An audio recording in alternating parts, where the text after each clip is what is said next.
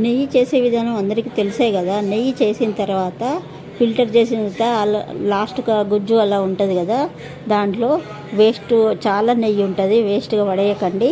ఓ 2-3 గ్లాసుల నీళ్ళు పోసి ఉడికించాలి, చాలా మరగబెట్టిన తర్వాత అది చల్లారిన తర్వాత ఫ్రిడ్జ్లో పెట్టాలి. ఫ్రిడ్జ్లో పెట్టిన తర్వాత ఆ రోజు అంతా అట్లా ఫ్రిడ్జ్లో ఉంచి తెల్లారి తీసేసరికి దానిపైన నెయ్యి అంతా గడ్డ కడుతుంది అన్నట్టు, వాటర్ అంతా కిందకు ఉంటుంది.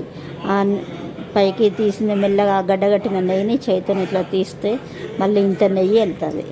అందుకని మనం వేస్ట్ పడేయకుండా ఈ ఉపాయం చేస్తే మీకు నెయ్యి కూడా ఎక్కువ వెళ్తుంది, మంచిగా టేస్టీగా ఉంటుంది. ఇంట్లో చేసిన నెయ్యి కమ్మగా ఉంటుంది. దాంట్లో ఒక తమలపాకు వేసి ఉడికిస్తే కొంచెం నెయ్యి కూడా చాలా రోజులు నిల్వ ఉంటుంది. అది చూడండి, అట్లా తెల్లారి తీస్తే నెయ్యి ఇట్లా గడ్డ కడుతుంది అన్నట్టు, ఆ నెయ్యిని కూడా వాడుకోవచ్చు.